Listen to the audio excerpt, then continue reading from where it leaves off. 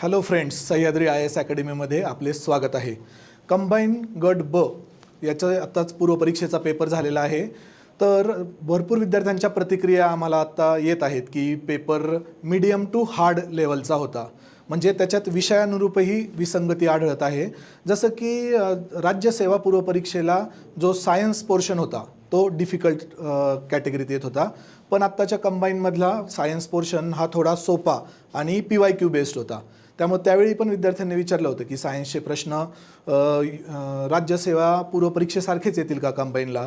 तर त्यावेळी आम्ही म्हटलं होतं की नाही, कंबाईनच्या वेळेस थोडासा पॅटर्न वेगळा असू शकतो, त्याचप्रमाणे झालेला आहे. तसेच ओव्हरऑल पेपरचा विचार केल्यास तो मीडियम टू हार्ड या श्रेणीत आपण त्याला टाकू शकतो. आणि या आपल्या ज्या विश्लेषणाचं हे सेशन आहे ते संपता तुम्हाला एक अंदाज येऊन जाईल की कट ऑफ कितीपर्यंत, आम्ही तोपर्यंत आमची टीम त्यावर वर्क करत आहे. तर सुरुवातीला आपण जॉग्रफी या सेक्शनपासून सुरुवात करणार आहोत. 1:30ला सेशन हे अरेंज केलं होतं. 2 वाजता घेण्याचं कारण हेच की आपण हे सेशन अशा प्रकारे पूर्ण इंटरॅक्टिव्ह, आयोगाचा दिलेला प्रश्न तुम्हाला इथे या ठिकाणी दिसेल, तसेच आपले उत्तर, एक्सप्लेनेशन, त्याचे सोर्सेस तुम्हाला या ठिकाणी दिसतील. म्हणजे अशी मनात शंका नको की हे उत्तर बरोबरच आहे की नाही. 2-4 मार्कात कट ऑफचा खेळ असतो सगळा, त्यामुळे आपण शक्य तितकं करेक्ट राहण्याचा प्रयत्न केलेला आहे.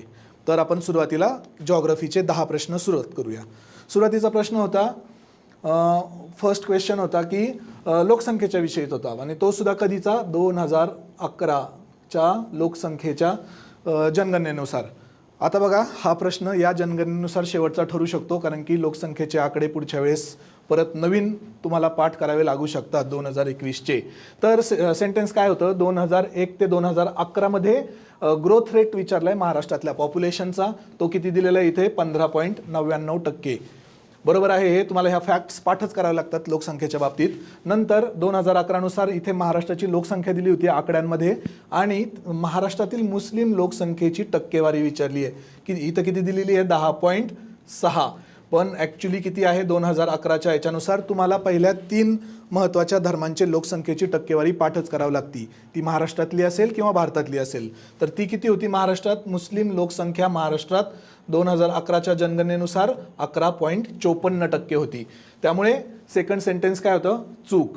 आता कंबाईन परीक्षेला वेळ कमी असतो, सगळे 4चे 4 सेंटेन्स वाचत बसायचे का एवढा मोठा प्रश्न असल्यावर, तर नाही. पहिल्यांदा पाहायचं योग्य की अयोग्य विचारलंय. बरोबर आहे, इथं बरोबर दिलंय म्हणजे योग्य विचारलंय. आणि लगेच काय पाहायचं आपल्याला, कोणतं चुकीचं ठरतंय. ब कोणत्या याच्यात पर्याय नाही, कोणत्या ऑप्शन्समध्ये ब नाही, एकाच ऑप्शनमध्ये नाही आहे, लगेच उत्तर तुमचं येऊन जातं. तरी आपण विश्लेषण पाहतोय म्हणून पुढचंही पाहूया. पुढचं काय आहे, 2011 नुसार केरळमध्ये सर्वाधिक कृषी घनता आढळली.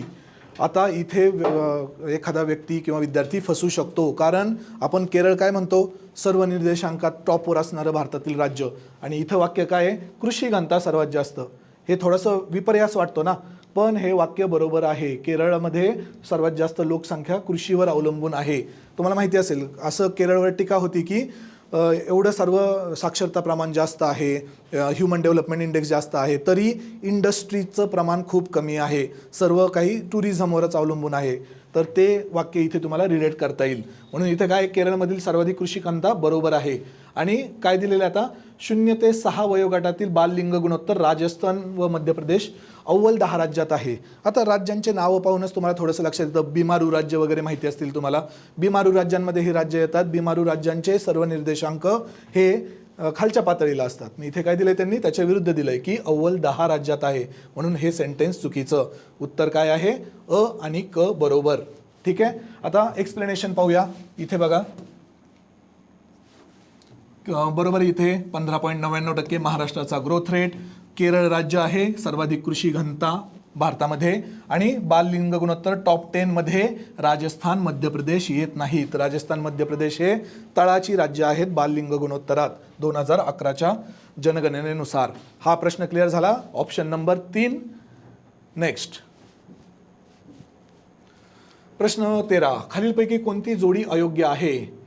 काय दिलेलं आहे इथे, प्रशासकीय विभाग जिल्हा, पहिल्यांदा प्रशासकीय विभाग, त्याच्यानंतर जिल्हा, आणि नंतर तलाव जलाशय, या तिन्हींची जोडी तिन्ही मॅच व्हायला पाहिजे तर योग्य आहे. आता आपण याच्यातच पाहू मॅपमध्ये डायरेक्ट.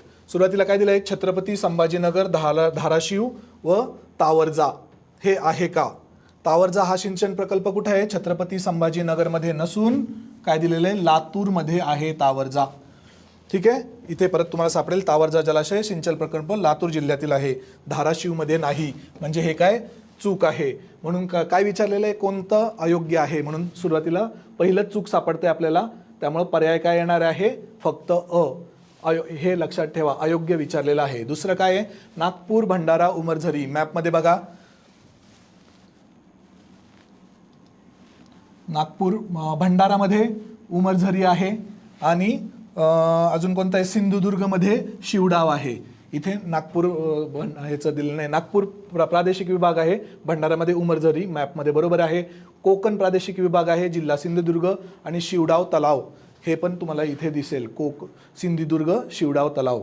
म्हणजे हेही सेंटेन्स बरोबर आहे. अमरावती, वाशिम, चिखली हे माहितीच असतं, हेही बरोबर आहे. तुम्हाला विचारलंय अयोग्य म्हणून पर्याय क्रमांक 1 फक्त अ. नेक्स्ट बघा, आता हा थोडासा डिफिकल्ट कॅटेगरीतला प्रश्न येईल, कारण की आपण कोणत्या त्या ज्या हिमालयीन नद्या आहेत त्यांच्या नद्या, उपनद्या वगैरे व्यवस्थित करतो, पण त्याची उगमस्थान कोणत्या ग्लॅशियरमधून, कोणत्या हिमनदीमधून पर्टिक्युलर नदी उगम पावती हे एवढं जास्त पाठ करत नाही. तरी पण जर कुणी UPSC करत असेल तुमच्यातलं, ज्यांनी कंबाईनचा पेपर दिला आहे, त्यांच्यासाठी हा प्रश्न फॅक्च्युअली सोपा होता. कारण की ग्लॅशियर्स आणि त्या नद्यांचे उगमस्थानं हिमालयातल्या हे प्रश्न UPSCला खूप वेळा येऊन गेलेत. तर प्रश्न काय आहे? सियाचीन लडाखमधील कोणती हिमनदी शोक नदीमध्ये वाहते? आता इथे आपण पाहू शकतो, ही आहे शोक नदी. ठीक आहे, हा आहे काराकोरम पर्वतरांग. नंतर हे हिस्पर, गिलगिट बाल्टिस्तान वगैरे, हे गिलगिट बाल्टिस्तानमध्ये हिस्पर हे येते, हिमनदी येते. मग ती पर्यायात पण आहे, त्यामुळे ती हिस्पर येत नाही आपल्या पर्यायात. आपल्या पर्यायात कोणती? ही रिमो हिमनदी, ही बघा शोक नदीमध्ये मिळते. ठीक आहे, म्हणजे आपण उगमस्थान म्हणू शकतो. आता बाकीच्या आपण नद्या दिलेल्या आहेत त्या पाहून घेऊ. हिस्पर नदी ही गिलगिट बाल्टिस्तानमध्ये येते. दुसरं काय दिलेलं आहे? ड्रांगड्रुंग हिमनदी झांस्कर खोऱ्यामध्ये येते, इथं दाखवल्याप्रमाणे. आणि शेवटची झेमू ही महत्त्वाची हिमनदी आहे. तुम्हाला पुढच्या वर्षी याच्यावरही प्रश्न येऊ शकतो किंवा मेन्सला येऊ शकतो. झेमू नदी पाठ करून ठेवा. झेमू नदी कुठे आहे? सिक्कीममध्ये आहे. तिचा तर इकडं संबंधच नाही. म्हणून शोक नदीचं उत्तर काय येईल? रिमो हिमनदी ही शोक नदीमध्ये मिळते.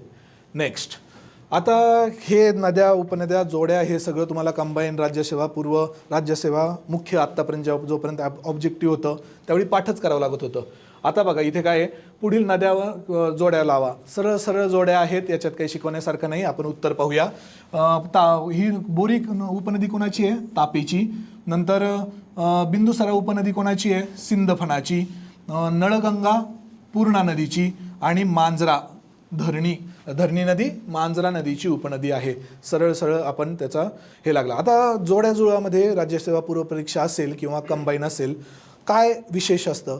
एक जरी जोडी जुळली तुमची तर शक्यतो उत्तर निघतं. इथं होतं का तसं? पाहूया आपण. तुम्हाला फिक्समध्ये माहिती असणारी शक्यतो धरणी नदी मांजराची किंवा बिंदुसरा नदी सिंदफणाची. तीनचं कशाचं? सिंधफणा, बिंदुसरा. ठीक आहे, एकाच ठिकाणी ते दिलेलं आहे जोड्या जुळामध्ये. तुम्हाला एक जरी जोडी जुळली तरी उत्तर डायरेक्ट निघतं इथे. काय? पर्याय क्रमांक 3 हे दिलेलंच आहे, बोरी तापीची उपनदी. आणि अजून एक काय वैशिष्ट्य आहे? बीड शहर कोणत्या नदीवर वसलेलं आहे? बिंदुसरा.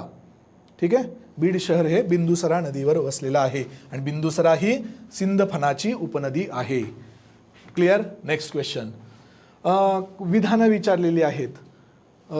तुम्हाला UPSCच्या याच्यातला एक प्रश्न आठवत असेल की त्यांनी नोबेल लॉरेटचं सगळं हे दिलं होतं. तो या शहरात आहे, त्याचं शिक्षण इथं झालं आणि त्याच्यावरून तो नोबेल पारितोषिक विजेता शास्त्रज्ञ कोण असं उलटं विचारलं होतं. इथंही तोच पॅटर्न आहे. त्यांनी त्या शहराची, त्या ठिकाणाची वैशिष्ट्य दिलेत आणि तुम्हाला ते शहर ठिकाण ओळखायला लावलंय. तर काय? तलावांचे शहर या जिल्ह्यात स्थित आहे. याच्यावरून असं वाटतं की भंडारा, गोंदिया तिकडे असेल काहीतरी तलावांचे वगैरे. दुसरं काय आहे? या जिल्ह्यात दारुगोळा शस्त्रास्त्र निर्मिती कारखाना आहे. असं कधी वाचनात आलंय का तुमच्या? गोंदिया, भंडारा वगैरे तिकडे आहे. मग याच्यावरून काय वाटू शकतं? पुणे आहे. पण पुण्यात तलावांचं शहर आहे का? तर नाही, तिथे तो पुणेही कट होतो. मग अजून एक तिसरा थोडासा त्यांनी एक्झॅक्ट पिन पॉइंटेड विधान दिलेलं आहे. काय ते? एक तालुका धातू वस्तू व त्यावरील नक्षीकाम यासाठी प्रसिद्ध आहे. तर याच्यावरून काय काय कळतंय आपल्याला? ठाण्यात काय 30 पेक्षा जास्त नैसर्गिक तलाव आहेत. तिन्ही विधाने पूर्ण करतो तो जिल्हा. ठाणे बघा, तलावांचे शहर म्हणतात, 30 पेक्षा जास्त तलाव. नंतर दारुगोळा कारखाना आहे. पुण्यात कुठे आहे? देहूला. तर तसा ठाण्यात कुठे आहे? अंबरनाथ येथे दारुगोळा कारखाना आहे. आणि तिसरं काय आहे? धातूवरील नक्षीकामासाठी कोणते आहेत? कल्याण अंबरनाथ एरिया प्रसिद्ध आहे. तिन्ही विधानं सॅटिस्फाय केली, त्यामुळे उत्तर काय आहे? ठाणे, अचूक उत्तर. नेक्स्ट, महाराष्ट्राच्या ईशान्य भागात खालीलपैकी कोणत्या डोंगर रांगा टेकड्या स्थित आहेत? पहिल्यांदा ईशान्य भाग माहिती पाहिजे. तो आपण काय करत असतो? तो आग्नेय, नैऋत्य, वायव्य, ईशान्य. अजून ती ट्रिक तर माहितीच तुम्हाला. आ द न प वा वाजवतो कसा? उ ई पू. हे म्हणजे हा ईशान्य भाग हा झाला. आता टेकड्या कोणत्या कोणत्या दिल्यात पाहू आपण. सातमाळा, गाळणा, अक्राणी, दरकेसा या सर्व बॉर्डर लाईनवरच्या महाराष्ट्राच्या टेकड्या आहेत. फक्त आपल्याला दिशा ओळखायची, कोणत्या जिल्ह्यात कोणत्या आहेत. ते जरी माहिती असेल तरी आपल्याला वायव्य दिशेची टेकडी कळेल. त्याच्यात परत पर्याय दिलेत, अ आणि ब, ब आणि क, फक्त क आणि फक्त ड. तुम्हाला माहिती असतील. आता इथे बघा, सातमाळा कुठे? आपण मॅपवरच पाहू लगेच. सातमाळा इथे आहे. सातमाळा कोणत्या जिल्ह्यात आहे? इथे सांगतो तुम्हाला मी, नाशिक. गाळणा ही जी आहे ती धुळे जिल्ह्यात आहे. आणि अक्राणी जी आहे ती नंदुरबार जिल्ह्यात आहे. सातमाळा नाशिक, गाळणा धुळे, अक्राणी नंदुरबार. उरली कोणती? हे सर्व कोणत्या दिशेला झाले? महाराष्ट्राच्या वायव्य दिशेला. आग्नेय, नैऋत्य, वायव्य दिशेला. बरोबर. आपल्याला ईशान्य दिशेचं विचारलंय. ईशान्य दिशेला एकच टेकडी उरती, ती म्हणजे दरकेसा. सर्व आहेत ना बरोबर? कुणी सांगू शकेल दरकेसा टेकडी कोणत्या याच्यात आहे, जिल्ह्यात आहे? आग्नेय दिशेला आहे हे तर कळालं, पण कोणत्या जिल्ह्यात आहे सांगू शकाल?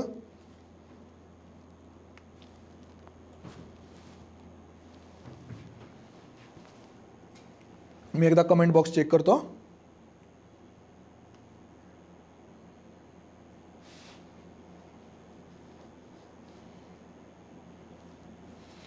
दरकेस. आता इथे एक्सप्लेनेशन पण वाचून घ्या. आपण ही पीपीटी टेलिग्राम चॅनलवर ॲड करणार आहोत, त्यामुळे ती त्याच्यामध्ये तुम्हाला बाकीच्या ऑप्शन्सबद्दलही इतर माहिती मिळून जाईल.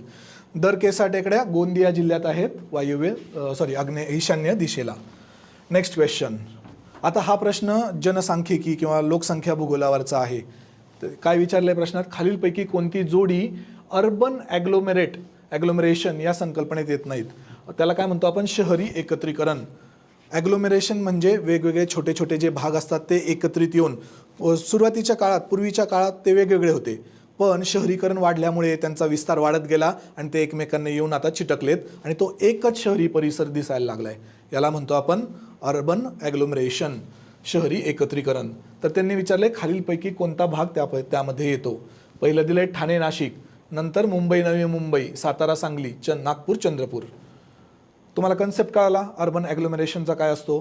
तर आता इथे तुम्हाला लगेच दिसेल की नागपूर चंद्रपूरमध्ये खूप मोठा प्रदेश आहे जिथे शहरीकरण नाही आहे. सातारा सांगलीमधलाही प्रदेश मध्यभागी ग्रामीण भाग येतो मध्ये. ठाणे नाशिकमध्येही तसंच आहे. त्यामुळे उरतो पर्याय काय? मुंबई नवी मुंबई. डायग्रॅममध्ये पाहू शकता तुम्ही. मुंबई नवी मुंबई जोडण्यासाठी पण ब्रिज वगैरे केला, तर एकाच ठिकाणी सर्व शहरीकरण झालेलं आहे.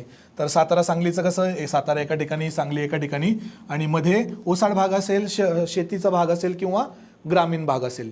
त्यामुळे हा भाग अर्बन ॲग्लोमरेशन या डेफिनेशनमध्ये येत नाही. फक्त उत्तर काय? मुंबई आणि नवी मुंबई.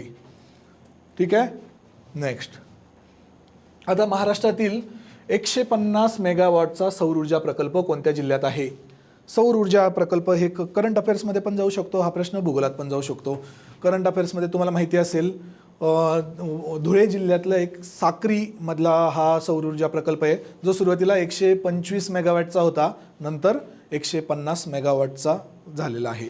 म्हणून याचं उत्तर काय आहे? धुळे जिल्हा. ही फॅक्ट आहे, पाठ असेल तर ठीक. आणि त्याच्याबद्दलच अजून माहिती कोणी केलेला आहे? हा महाजनकोद्वारे उभारण्यात आलेला आहे, साक्री किंवा शिवाजीनगर येथील, धुळे जिल्ह्यातील. ठीक आहे. नेक्स्ट. आता हे बेसिक कन्सेप्ट आहे भूगोलाचा. कोणत्याही प्राकृतिक भूगोलाची सुरुवात करताना हे कव्हर होतं. काय? कोकण किनारपट्टीचा जो भाग अरबी समुद्राच्या किनाऱ्यालगत सखल भूरचनेचा आहे त्याला काय म्हणतो आपण? खलाटी, नंतर काय येतं वलाटी. खलाटी वलाटी हे कन्सेप्ट माहितीच असतील, डायग्राममध्ये नीट पाहून घेऊया. हा अरबी समुद्र आहे. इथून जो किनारपट्टीचा सखल भाग असतो, अजून डोंगर चालू झाला नाही, त्याला आपण खलाटी म्हणतो. त्याच्यानंतर जो डोंगराळ चढाचा भाग लागतो, चढ, त्याला आपण वलाटी म्हणतो. नंतर काय येतं घाटमाथा, सह्याद्री पर्वतरांग. ठीक आहे. हा प्रश्न कोणाचा चुकलेला नसेल अशी अपेक्षा करतो. नेक्स्ट, डॉक्टर बाळासाहेब सावंत कोकण कृषी विद्यापीठाने विकसित केलेल्या आंब्याचे वाण आणि वर्ष कसा होतो? हा एक्स्ट्रा डिफिकल्ट लेवलमध्ये जातो. तुम्हाला वाण माहिती असतील, त्या विद्यापीठाने केले हे माहिती असेल, तरी वर्ष लक्षात ठेवणं अवघड होतं. तरी आपण याचं एक्सप्लेनेशन पाहूया. उत्तर काय आहे? 1/4 निगेटिव्ह मार्किंग असल्यामुळे विद्यार्थी सहसा असेही प्रश्न गोल करून येतात. सोडणं हा ऑप्शन नाही आहे तुमच्याकडं. त्यामुळे याचं उत्तर पाहूया. 1981 साली, इथेच पाहूया डायरेक्ट. 1981 साली बाळासाहेब सावंत कोकण कृषी विद्यापीठाने कोणता रत्ना कशाद्वारे? नीलम आणि हापूस यांच्या हायब्रिड व्हरायटी संकराद्वारे तयार केला. नंतर कोणता आहे? 1992 साली सिंधू बिनकोईचा आंबा आहे. पुढच्या वर्षी असे प्रश्न येऊ शकतात ॲग्रिकल्चरच्या संबंधी की बिनकोईचा आंबा महाराष्ट्रात विकसित झालेला कोणता? तर त्याचं नाव काय? सिंधू. 1999 साली कोकण रुची लोणच्यासाठी आणि 2014 साली कोकण सम्राट अधिक उत्पादनासाठी. अशा जोड्या जुळवा आहेत. पर्याय इथे येतो, पर्याय क्रमांक 4. आता भूगोलाच्या बाबतीत आपण हे जे सर्व प्रश्न पाहिले त्यापैकी जे बेसिक्स प्रश्न होते ते सर्व आपल्या भूगोलाच्या मॅरेथॉनमध्ये कवर होतात. महाराष्ट्राच्या भूगोलाचंही मॅरेथॉन आपण लेक्चरमध्ये यूट्यूबमध्ये टाकलं होतं. 3.5 तासाच्या आसपासचं मॅरेथॉनचं ते लेक्चर होतं. त्यामधून जवळजवळ महाराष्ट्राचे संबंधित सर्व प्रश्न, त्या टेकड्यांचा प्रश्न होता, खलाटी वालाटी असेल, ते सर्व जसेच्या तसे स्लाईडमध्ये अशा स्लाईडच्या स्वरूपात आपण ते लेक्चर घेतलेलं होतं, त्यात कवर होत आहेत. हे असे एक्सेप्शनल प्रश्न येतच असतात. त्याबाबत मात्र तुम्ही रिस्क घ्यायची का नाही घ्यायची तो तुमचा प्रश्न आहे. ठीक आहे.